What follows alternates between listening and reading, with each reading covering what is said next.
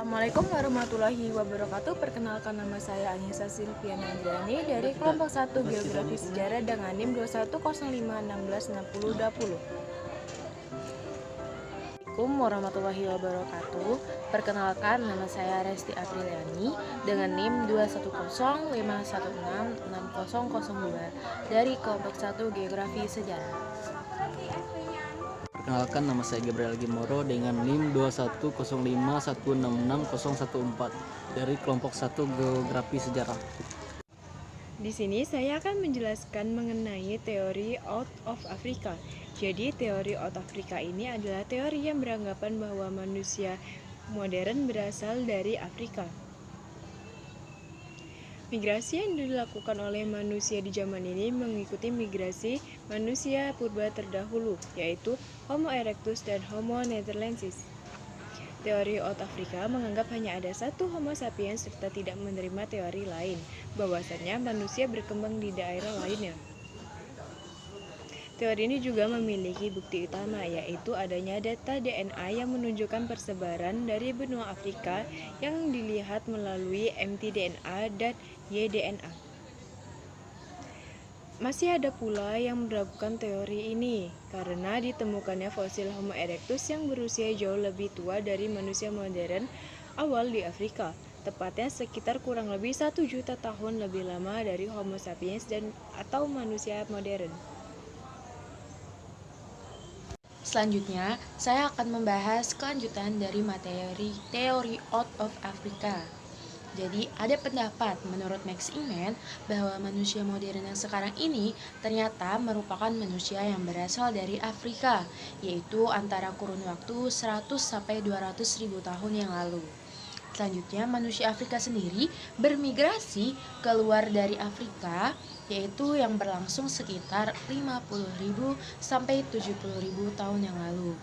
Mereka bermigrasi ini ternyata menggunakan 2 jalur, yaitu jalur yang pertama mereka mengarah ke lembah Sungai Nil, lalu melintasi menuju ke semenanjung Sinai ke arah utara dan melewati Arab Levant.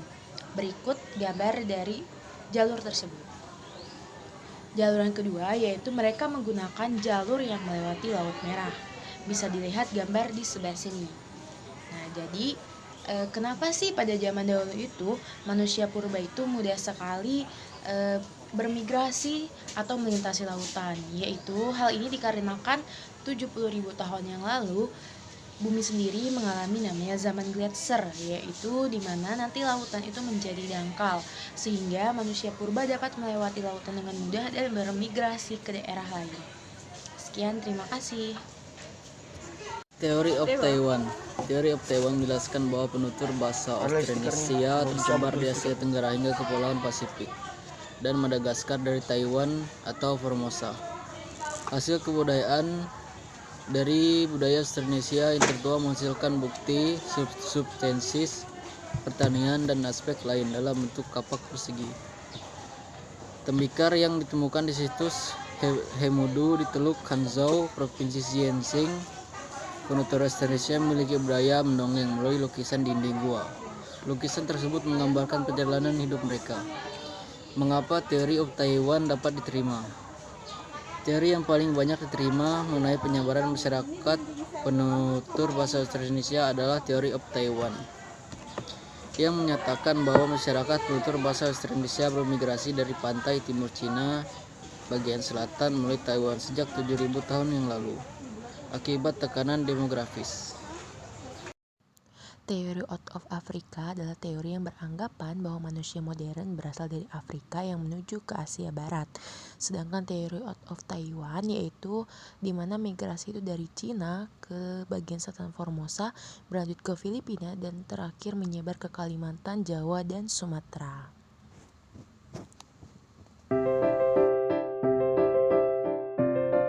Referensi yang kami ambil berdasarkan dari jurnal yaitu dari perkembangan kebudayaan Austronesia di kawasan Asia Tenggara dan sekitarnya oleh Kusuma TABN dan Damai Alham. Lalu referensi kedua kami mengambil dari budaya Austronesia di Indonesia bagian barat dalam kaitannya dengan migrasi out of Taiwan oleh Wiradiana K.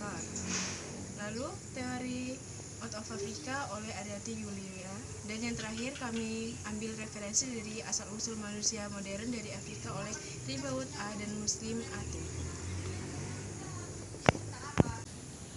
Baik, kekurangan dari makalah kami yaitu adanya kurang referensi dan juga pendalaman materi. Untuk peningkatan dan kegiatan yang dapat dilakukan untuk dalam perbaikan makalah yaitu dengan mencari referensi lebih banyak dari jurnal atau buku bacaan, kemudian konsultasi dengan dosen pengampu, dan juga banyak membaca jurnal pendidikan dari luar negeri.